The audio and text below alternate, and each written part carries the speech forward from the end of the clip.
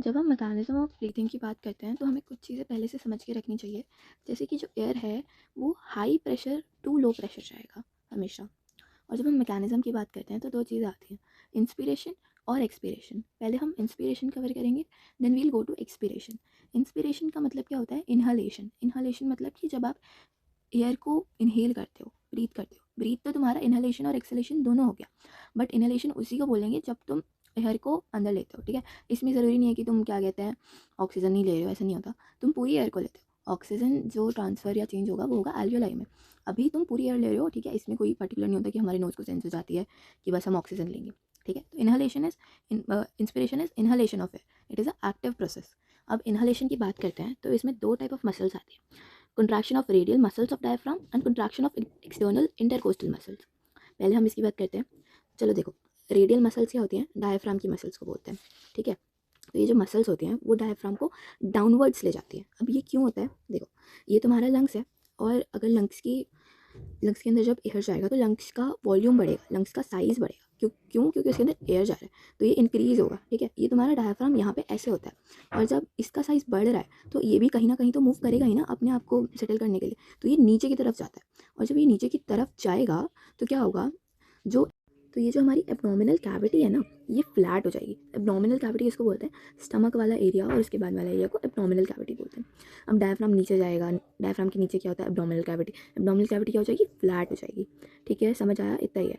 अब देखो यहाँ पे क्या लिखा है।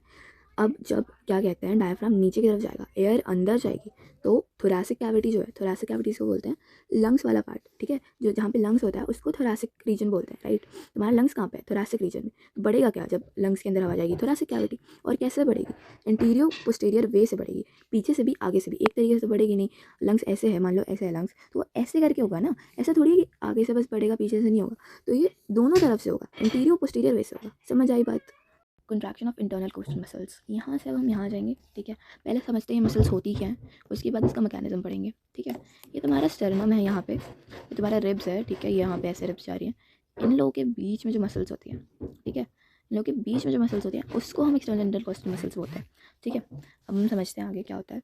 देखो, दो चीज़ होती है इनके फंक्शन में, इसके फंक्शन में। एक तो ये पहले तुम्हारा रिब्स और स्टर्नम को ऊपर की तरफ ले जाएंगे और बाहर की तरफ ले जाएंगे, ठीक है। दूसरा ये जो मसल्स है, पहले हम ये वाला समझ लेते हैं, इसमें ज़्यादा कुछ है नहीं, ठीक है। ये अपनी जो मसल्स है, जैसे जो ये मसल्स हैं, ये खुद को थोड़ा सा स्लैंट कर लेंगे और फॉरवर्ड और डाउनवर्ड मूवमेंट होगा इनका, ठीक है। पहले ये समझते हैं, फिर तुम्हें ये भी समझ आ जाएगा ये क्यों हो रहा है, ठीक है।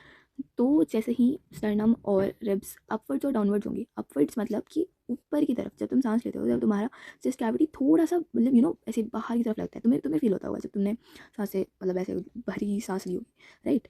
तो अपने आप से रिलेट करके पढ़ो, that would be better option, right. तो ये अपवर्ड्स और आउटवर्ड्स होता है। अब जब तुम सांस ले रहे हो, मान लो, तो ये थोड़ा सा बाहर तो आता ही है ना जब तुम एकदम भरी सी सांस लेते हो, ठीक है। अब ये क्यों होता है? Again the same reason, to increase the thoracic cavity. पर यहाँ पे हम क्या कर रहे थे? हम एंटीरियो पोस्टीरियर वे में कर रहे थे। यहाँ पे ये जो रिब्स और स्टर्नम है, इसके थ्रू डॉर्सोवेंट्रली होगा। अब डॉर्सोवेंट्रली क्या होता है? बैक टू द बेली, पीठ से पेट की तरफ। समझ आई बात? ठीक है। और क्या कहते हैं, यही है, अंदर एयर भरती है, देन ये इसका ये मूवमेंट होता है, ये चेंज होता है। ये क्यों होता है? To increase the thoracic cavity, to increase the thoracic cavity, वो भी डॉर्सोवेंट्रिकली। और ये भी, इसका भी सेम ही रीज़न है कि ये क्यों हो रहा है, ठीक है। देखो, expiration is a passive process, it is a complete opposite of inspiration, right. इसमें भी दो ही मसल्स काम करेंगी, तुम्हारा radial muscles and intercostal muscles, right. इसमें तुम्हारा रिलैक्सेशन होगा, इसमें कॉन्ट्रैक्शन हो रहा था, ठीक है। तो हम रेडियल मसल्स ऑफ डायफ्राम की बात करते हैं। पहला तो इसमें एयर आती है, राइट, तुम्हारा लंग्स में। ये पहले नीचे की तरफ हो जाता है, डायफ्राम वाला मसल्स है ना, क्या हो जाता है तुम्हारा? नीचे की तरफ हो जाता है, फ्लैट कर देता है एब्डोमिनल कैविटी को। एक्सपिरेशन में क्या होगा? ये नीचे की तरफ आया, इंस्पिरेशन वाला होगा, फिर ये back to the normal position आ जाएगा। डायफ्राम तुम्हारा जितना भी था पहले, जितना नीचे गया, वापस से उसी पोजीशन पे आ जाएगा। ये यहाँ था, ये वापस से उसी पोजीशन में आ जाएगा। उसको हम एक्सपीरेशन बोलते हैं, ठीक है। अब ये जो है, ये क्या करता है? ये वापस से डिक्रीज़ कर देगा थोरैसिक कैविटी को। जैसे हमने पढ़ा था उसमें कि हम रेडियल मसल्स में इंटीरियर और पोस्टीरियर वे पे कर रहे थे, इसमें भी सेम ही चीज़ है, कुछ अलग नहीं है, कुछ बहुत भारी नहीं है जो तुम नहीं पढ़ पाओगे, ठीक है। It's very easy, take it easy, okay. इसमें रिलैक्सेशन में भी वही चीज़ है, डाउनवर्ड और इनवर्ड मूवमेंट है, ठीक है, which will lead to same thing, decrease in thoracic cavity. So this was all about mechanism of breathing. अगर कोई चीज़ नहीं समझ आई हो, you guys can also write in comments, right, और दोबारा से सुन लेना अगर नहीं आई है समझ, ठीक है। Thank you for watching, love you.